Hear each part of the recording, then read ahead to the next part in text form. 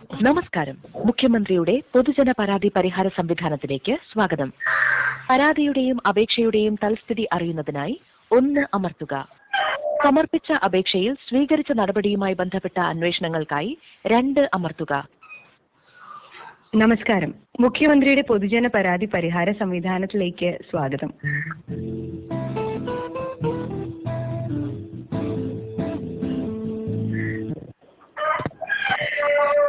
Hello sir, നമസ്കാരം sir. എൻ്റെ ഒരു വിൻസെന്റ് സേവ്യർ സാർ. സാർ, ഞാനൊരു പരാതി അയച്ചിരുന്നല്ലോ മുഖ്യമന്ത്രി സാർ. എന്തായി സാർ നടപടി? ടോക്കൺ നമ്പർ പറഞ്ഞോളൂ സാർ. ടോക്കൺ നമ്പർ തന്നില്ലല്ലോ. എന്നാ പരാതി അയച്ചത്? 6-ാം തീയതിയോ 9-ാം തീയതിയോ ആണ്. എൻ്റെ ഫോൺ നമ്പർ വെച്ചിട്ടുണ്ട് സാറേ. ഇപ്പം വിളിക്കുന്ന നമ്പറാണോ? അത് തന്നെ സാർ, അത് തന്നെ സാറേ. ഈ മാസം കഴിഞ്ഞ മാസം 6-ാം തീയതി അല്ലേ? അത് അങ്ങനെയായിരിക്കും തോന്നുന്നു സാറേ. എനിക്ക് കറക്റ്റ് ഓർമ്മയില്ല സാറേ. ഞാൻ അത് ക്രൈസിന്ന് ഫയൽ എടുപ്പാ പാപ്പാ ഫയലെടു.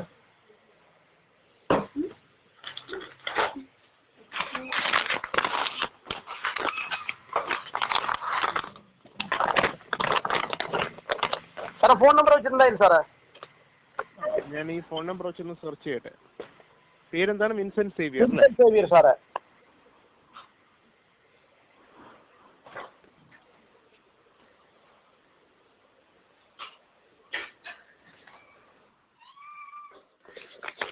என்ன மாசம்ப்பா வந்து படி டீப்பா? அக்டோபர். இதல்ல, இதுல என்ன எழுதிக்கணும் பாரு. செப்டம்பர். இது என்ன மாசம்? இது அக்டோபர். இது அக்டோபரா? இது செப்டம்பர். இப்ப இந்த மாசமா செப்டம்பர் மாசம்? இது அக்டோபர் மாசம். போன மாசம் 11 செப்டம்பர் 2024 அல்ல சார்? நம்பர் கொஞ்சம் பேன் எடுறீங்க. அது எழுதி வைக்கணும் கரெக்டா. ஃபார்ம் நம்பர் வாங்கி எழுதி வைக்கணும். கொண்டாட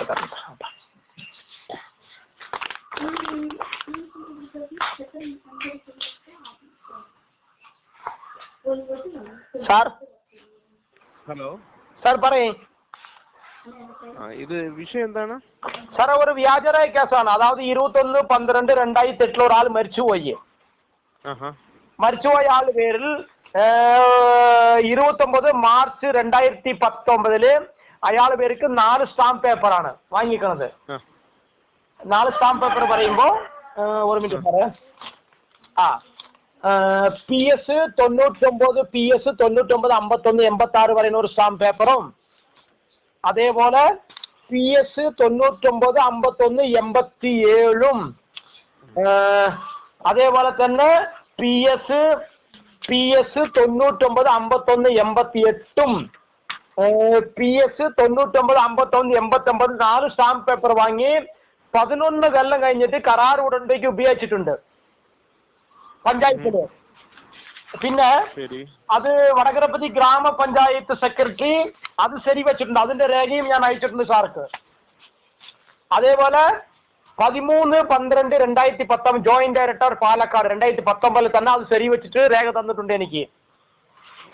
അതേപോലെ തന്നെ 12/7/2024 വടകരപ്പതി ഗ്രാമപഞ്ചായത്ത് സെക്രട്ടറി ശരി വെച്ചിട്ടുണ്ട്. ഇത് മരിച്ചുപോയ ആളുകൾ സ്റ്റാമ്പ് പേപ്പർ കരാർ ഉടമ്പടിക്ക് ഉപയോഗിച്ചായി കാണുമെന്ന് പറഞ്ഞ് ഞാൻ മുഖ്യമന്ത്രി സാർക്ക് പരാതി കൊടുത്താണ്. നേരത്തെ പരാതി കൊടുത്തപ്പോൾ അവർ കള്ള റിപ്പോർട്ട് തന്നാണ് മുഖ്യമന്ത്രി സാർക്ക്. അതുകൊണ്ടാണ് തിരിച്ച് ഞാൻ മുഖ്യമന്ത്രി സാർക്ക് പരാതി കൊടുത്തത്. ഇതില് പിന്നെ എന്താണ് പരിഹാരം കാണേണ്ടത്? എന്താണ് ഈ കള്ള റിപ്പോർട്ട് തന്നതില്? അവർക്കെതിരെ കേസെടുക്കണമെന്ന് ആവശ്യപ്പെട്ടിട്ടുണ്ട് സാർ. അത്രയാണ് സാറേ ഈ പരാതി. അതായത് ഞാൻ പറയുന്ന വാദം, ഇത് കള്ള റിപ്പോർട്ട് കേസെടുക്കാൻ പറയണോ? നമ്മ അവർക്കെതിരെ കേസെടുക്കണം ഈ കള്ള റിപ്പോർട്ട് തന്നവർക്കെതിരെ.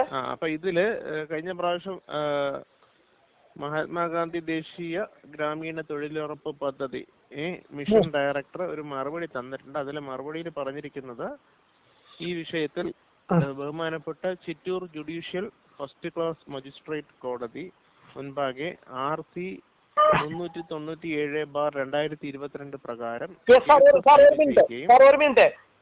ഒരു മിനിറ്റ് കേസ് തള്ളിപ്പോയി, റെഫറായി പോയി. കേസ് അതിന്റെ ഡോക്യുമെന്റ് കേസ് കൊണ്ട് അയച്ചു തന്നേക്കാം ഞാൻ.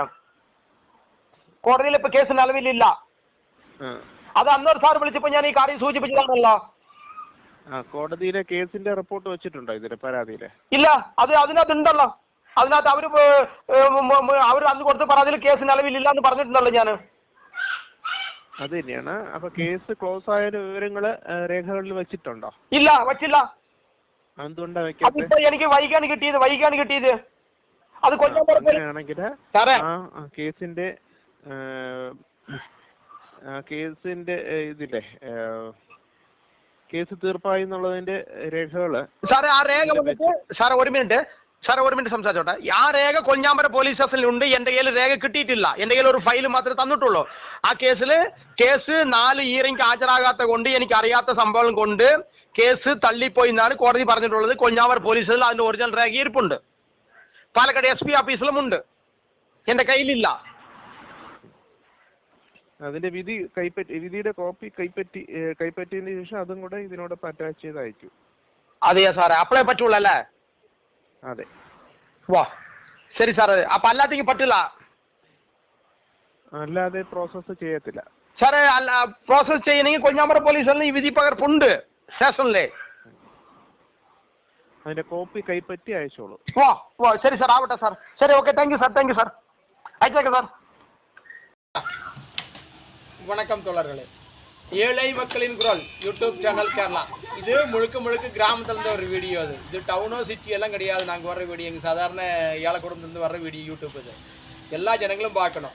இது மிகப்பெரிய ஊழல். இந்த மாதிரி ஊழல் இந்தியாவில் இதுதான் ஃபர்ஸ்ட். 21/12/2008 அற்புதசாமி செத்து போனான்.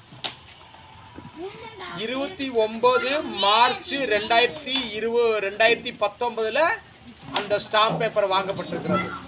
அப்பவும் வடகரபதி கிராம பஞ்சாயத்து நியாயீகரிக்குது அதைய. அதனால இப்போ இன்னைக்கு முக்கியமந்திரி ஆஃபீஸுக்கு பராதி அனுப்பியிருந்தேன். அவங்க இன்னைக்கு அவர் முக்கியமந்திரி ஆஃபீஸுக்கு சொல்கிற ரேகை விடுறேன் பாருங்க. என்ன நடவடிக்கை எடுக்கணும்னு கேட்டாங்க என்கிட்ட. சார், இதுக்கு அவங்களுக்கு எதிராக கேஸ் எடுக்கணும்னு சொல்லியிருக்கிறேன். எஸ்ஆர் கேஸ் எடுக்கணும்னு சொல்லிட்டாச்சு. ஆனால் அதில் ஒரு விஷயம் என்னென்னா, கோர்ட்டில் கேஸ் இல்லைங்கிற பேப்பர் எனக்கு அனுப்பி கொடுத்துருங்க, நாங்கள் கேஸ் எடுத்துறோம்னு சொல்லி கேஸ் எடுக்கலாம்னு சொல்லிட்டாங்க. உறப்பும் சொல்லியாச்சு முக்கியமந்திரி சார் ஆஃபீஸ். இனி இதிலிருந்து ஆறாலும் தப்பக்க முடியாது. வண்டாளிக்காரன் வீடு, சொரப்பாறு, அற்புதசாமி சன்னாப் யாகப்பன், மைக்கிள் மகன், 2ஆம் ஆடு சொரப்பாறை. இதில் ஒப்புவடுக்கு எஸ் லாரன்ஸ் சேவியர், ஏடிஎஸ் மோட்சராக்கினி,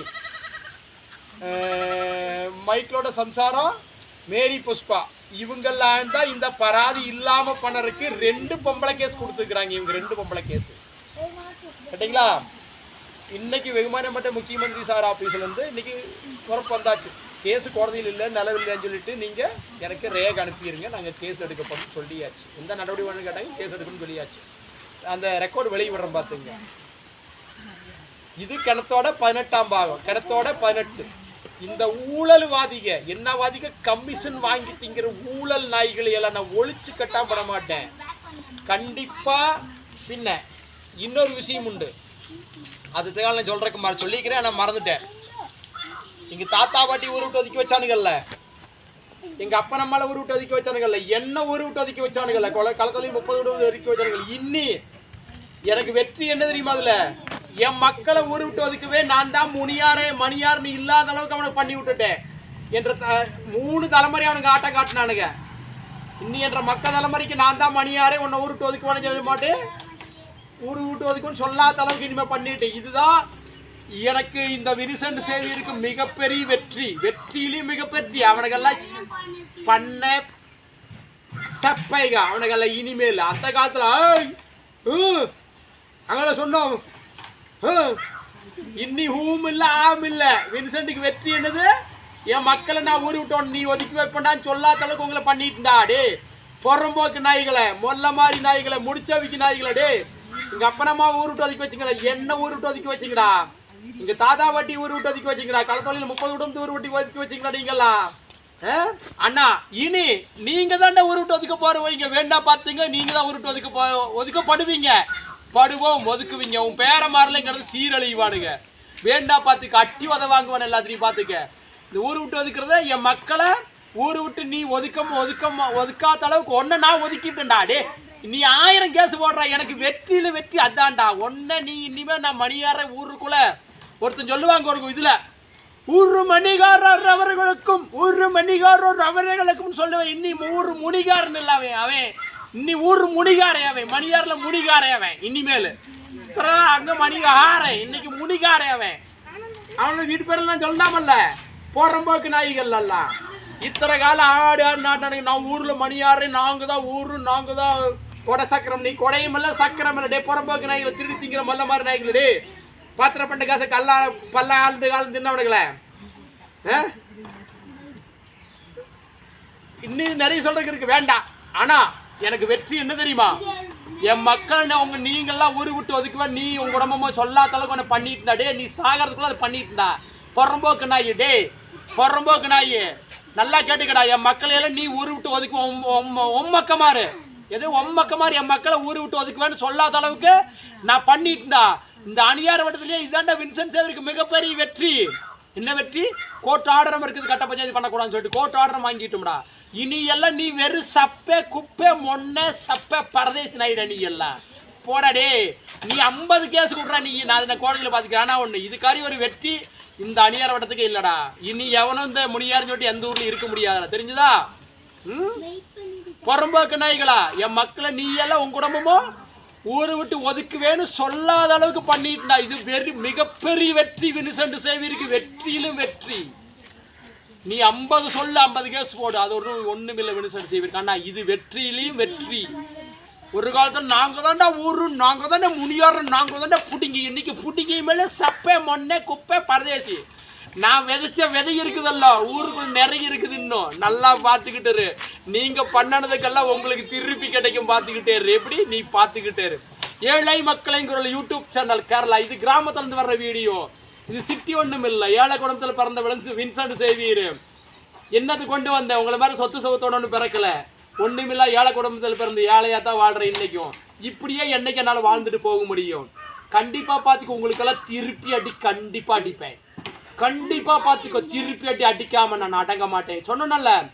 இந்த ஊர் வேலை கேஸில் வெற்றி நீ மணியார்னு இல்லை முனியார்னு சொல்லிட்டு உனக்கு காட்டிட்டுனல்ல. இனியும் பார்த்துக்க எனக்கு பண்ணன கேஸுக்கெல்லாம் உங்களுக்கு திருப்பி அடி கண்டிப்பா அடிப்போம். என் தலைமுறை அடிக்கலாம் சரி நான் அடிக்கலாம் என்ற அடுத்த தலைமுறை உன் பேரமாருக்கு அடிக்க மாறுறான் தட்டி என்ன பார்த்துக்கிட்ட பொறம்போக்கு நான் டே என்ற அடுத்த தலைமுறை என்ற மக்க தலைமுறை என் பேரமாறு தலைமுறை உன் பேரமாறு தலைமுறைக்கு அடிப்பாங்கடா வெற்றி பாடுறா.